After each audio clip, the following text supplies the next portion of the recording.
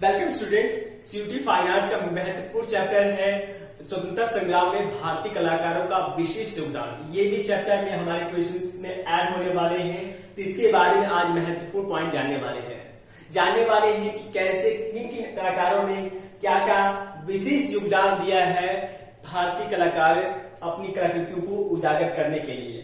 तो आज ये समझेंगे और इसमें महत्वपूर्ण पॉइंट आता है भारत माता पेंटिंग के बारे में हम लोग जानेंगे कि किन किन कलाकारों ने बनाया, इसके बारे में जानेंगे क्या क्या योगदान रहा है सभी कलाकारों के, ये जानेंगे।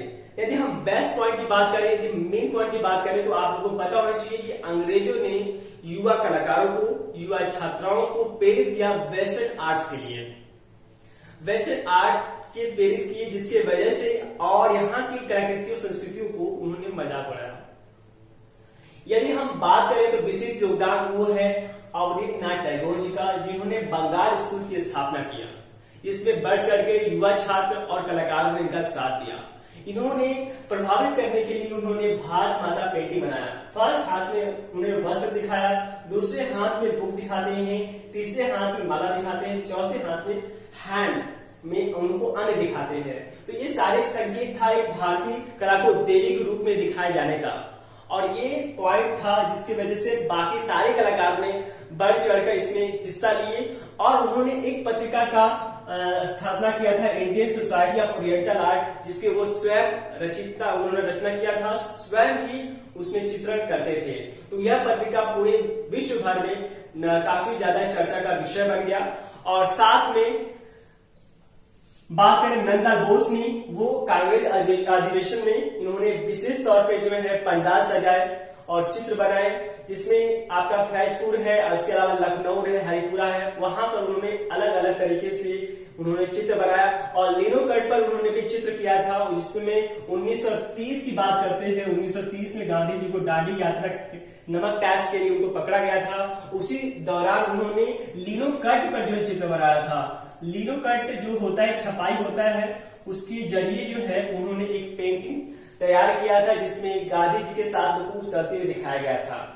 यदि हम बात करें अमिता शेरगिल के बारे में, तो उन्होंने खास भारत माता का पेंटिंग बनाया है, जिसके अंतर्गत उन्होंने उनके एक गोद में एक गरीब महिला को, उनकी गोद में लड़कों को साथ में लिए हुए हैं और सामने एक लड़की जो है बैठी हुई है। अर्थात ग्रामीण महिलाओं को या ग्रामीण देश को जो है वो गरीबी के रूप में उसमें प्रदर्शित किया गया है। यदि हम घोष की बात करें तो घोष का सबसे मेन पॉइंट है देवेंद्र लाल की गीत के आधारित उन्होंने भारत माता का चित्रण किए थे, यह भी खास पॉइंट है। इसके अलावा हम गगनेन्द्रनाथ टैगोर की हम बात करते हैं, इसमें खास बात क्या आता है, इन्होंने जलियांवाला बाग कांड जब हुआ था तो उन्होंने कार्टून तैयार किए थे और इस कार्टून को उन्होंने आम लोगों के सामने साथ साथ न्यूज़पेपर में छपवाए थे उन्होंने, जिसकी वजह से जो है बाकी जितनी भी जनता थी उन्होंने जाना इस चीज को और इस आजादी में उन्होंने साथ दिया। तो ये जितने भी आर्टिस्ट हैं, यही आर्टिस्ट नहीं है, तो बहुत सारे आर्टिस्टों ने मिलकर जो है विशेष योगदान दिए हैं।